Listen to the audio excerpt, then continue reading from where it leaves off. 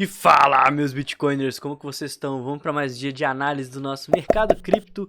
E hoje, particularmente, está sendo um dia atípico no mercado, porque a gente teve volatilidade pela divulgação de dados macroeconômicos dos Estados Unidos. Então eu vou te explicar por que essa volatilidade está pegando muita gente de surpresa e por que amanhã a gente tem um dos eventos mais importantes do mercado que vai decidir o futuro das criptomoedas aí pelo menos nas próximas semanas. Isso eu vou te explicar logo depois da vinheta.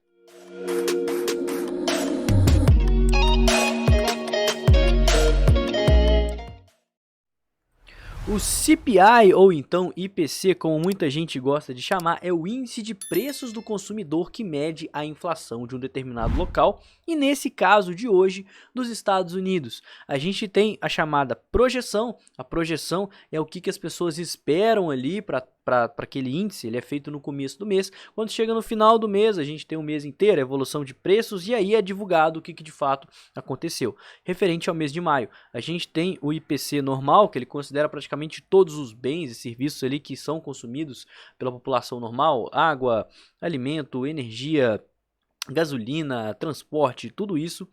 E o núcleo, né? O núcleo ele exclui a água e a alimentação no meio aí dos cálculos para calcular esse índice.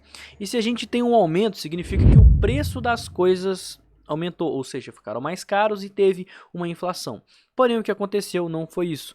O núcleo veio dentro do esperado e o IPC, considera tudo, veio abaixo do esperado, ou seja, os preços não evoluíram tanto quanto se era esperado. Isso é uma coisa boa, ou seja, a inflação dos Estados Unidos, que é um problema que vem acontecendo desde 2020, está conseguindo ser contida.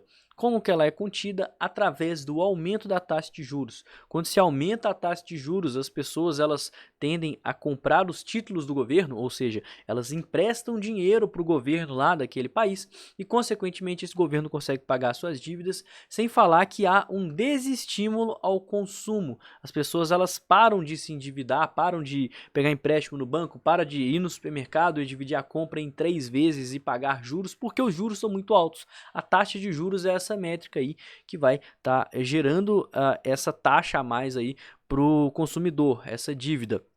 Atualmente a taxa de juros dos Estados Unidos está em 5,25%, que é a maior em 40 anos, certo?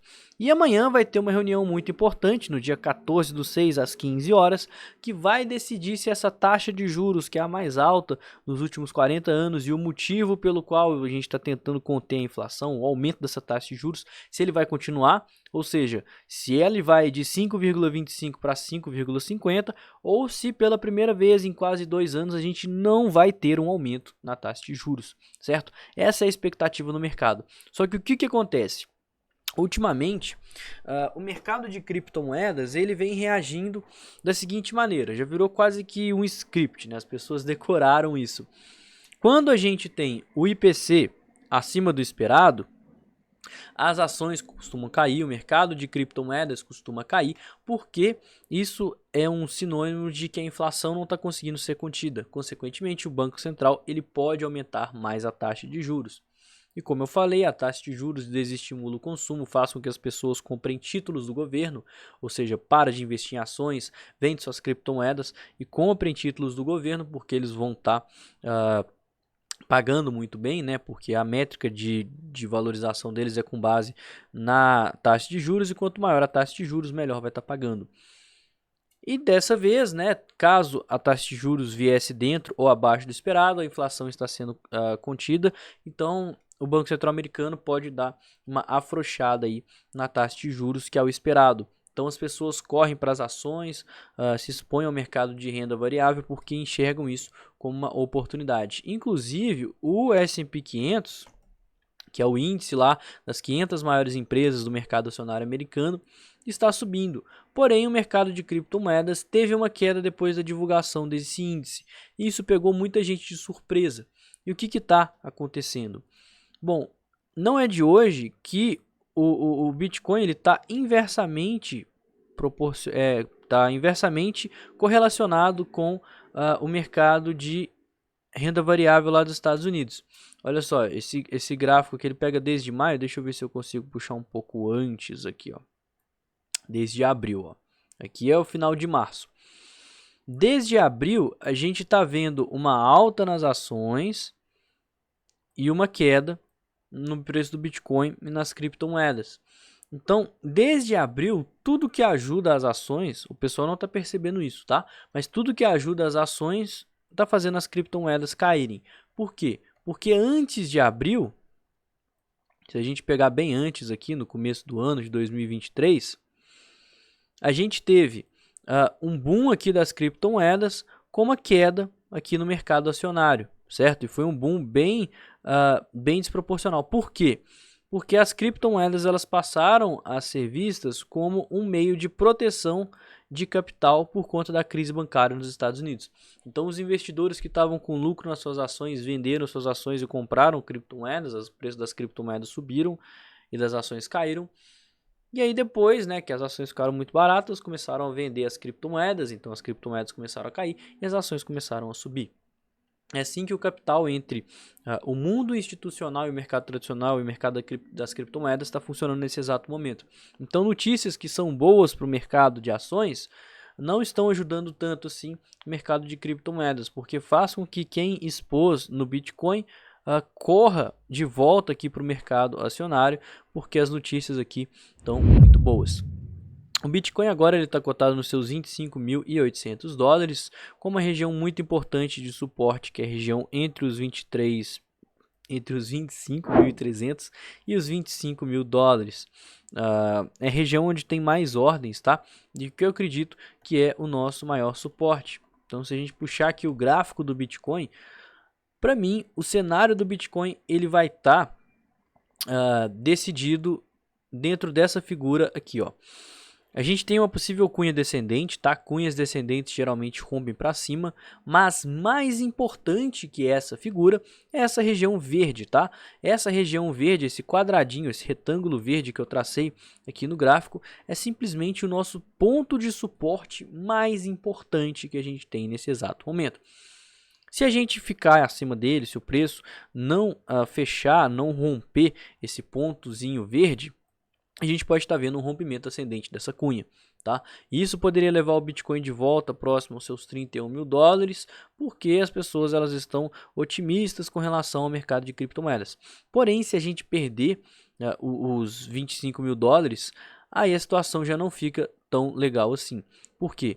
Porque perdendo os 25 mil dólares, eu vou até corrigir essa Fibonacci aqui e traçar de novo.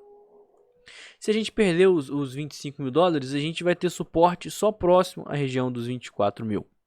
Região de topos prévios, região de alvos de figura, olha só, a gente tem o ombro, cabeça e ombro, que foi sendo formado ao longo do mês de abril. E o alvo desse ombro, cabeça, ombro também está nessa região próxima aos 24 mil dólares. A gente tem pontos importantes de Fibonacci. Se a gente traçar uma Fibo aqui, ó, a gente tem aqui a região entre o 0,5 e a região do 618. E se a gente estender essa Fibo também, pegando todo esse movimento de alta, vai estar batendo ali certinho também na região de 382. Ou seja, é uma região fortíssima de suporte. E o preço pode vir a buscar essa região. E para mim, atualmente, o mercado de criptomoedas, ele está de olho nesses dois cenários, certo? Se perder essa região verde, a gente vai buscar por todos aqueles pontos de suporte que eu acabei de falar. Se não perder essa região verde, a gente vai continuar dentro do cenário de cunha. Cunhas descendentes tendem a romper para cima e a gente pode ver aí um reteste da região dos 31, 30 mil dólares. E o que está importando agora que a gente precisa ficar de olho se essa região verde vai perder ou não?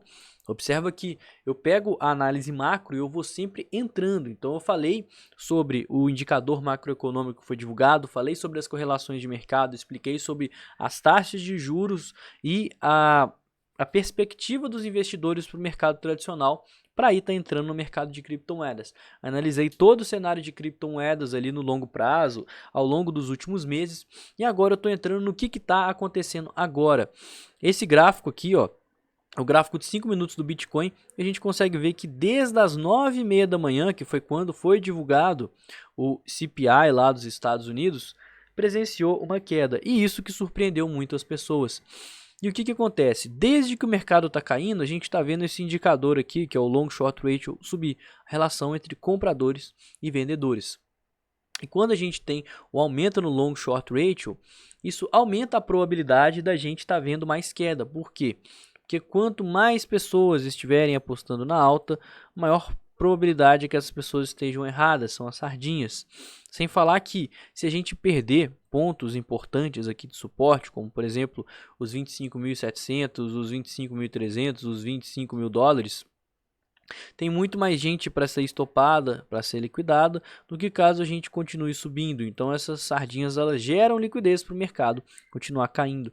E se a gente vê mais quedas no long short ratio com aumento no open interest, cara, a gente pode estar vendo a continuação dessa queda e consequentemente a perda dessa região verde, que é a nossa região mais importante que a gente precisa ficar de olho nesse exato momento. É uma região que a gente praticamente não teve fechamentos abaixo dela, né, entre aqui os 25.700 e os 25, tá? Mas principalmente essa região dos 25.300 e dos 25, eu acho que é o suporte sim mais forte e o suporte decisivo aí para o Bitcoin ao longo dos próximos dias. Isso porque amanhã vai ter a FONC, eu vou soltar o vídeo amanhã de tarde também para estar passando essa FONC, vendo o que vai ser discutido e consequentemente trazer aqui a informação mais recente para vocês dentro das perspectivas do mercado. Investidores do mundo inteiro nesse exato momento estão esperando a FONC, a reunião do Banco Central americano acontecer, a taxa de juros ser divulgada,